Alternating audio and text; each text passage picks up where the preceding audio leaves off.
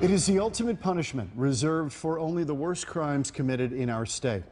In Arizona, the death penalty is the law of the land, but that sentence is imposed right now out of sight, except for a few select witnesses. Tonight, Troy Hayden takes us where television news crews have never gone before, inside Arizona's lethal injection chamber, to explain some of the mystery behind how the death penalty is carried out. Troy? It's a very intense experience, John and Carrie, and I'm going to take you with us here. What we're about to see are the tools and processes used to take the lives of murderers who judges and juries have decided should die for their crimes. But these processes could change soon because of the problems states are having with getting these execution drugs. We'll have more on that in a minute. But let's begin with a walk through the gates of death row. George Pod 2, Browning Unit. The sign says Condemned Row, but it's better known as Death Row. All the men here committing crimes so terrible, the state has decided they need to die. Before we enter, we're required to put on stab vests.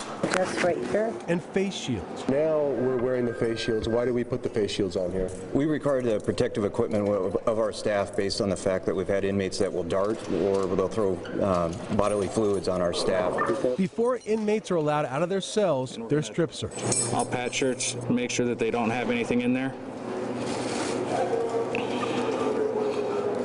Make sure that there's nothing in the waistbands. All right. They're handcuffed, made to back out of their cells. Even their showers are individual cells themselves. Death row inmates are never allowed to be in contact with other inmates. You just have to have an open eye, be very observant when working in death row. Stephanie Kruska has been a corrections officer here for 4 years. They'll try to say inappropriate things, and that's where you have to draw the line. And that happens a lot, so that's where I have to draw the line, is when they start making inappropriate comments. Do you feel safe on the job? I do, especially with my coworkers. And let's show you a death row cell here. 10 feet by 12 feet, concrete walls. You got a bunk. Over here you got a desk, toilet area, sink area.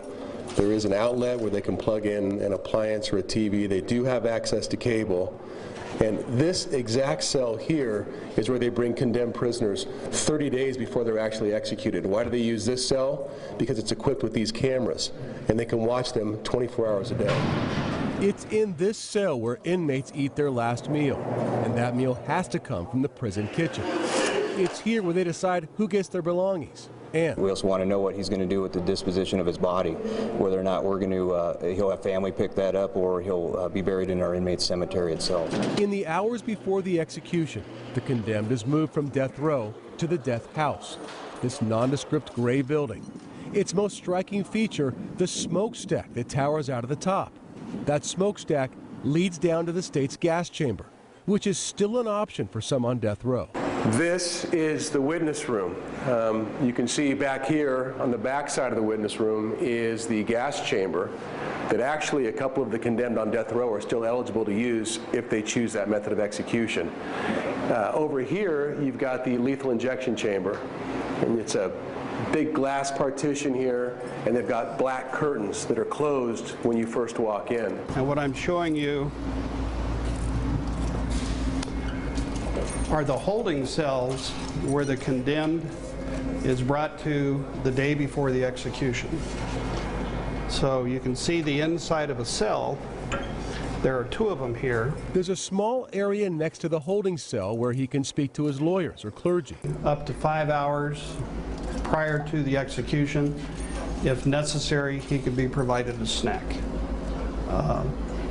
If necessary, up to a few hours before the execution. If he wanted a sedative, that could also be provided.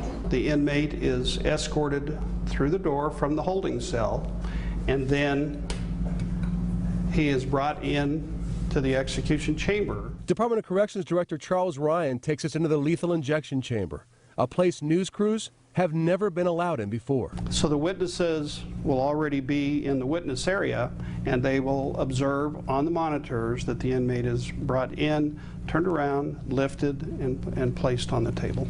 Then authorization is given by me to proceed with injecting the other chemicals, and then we wait.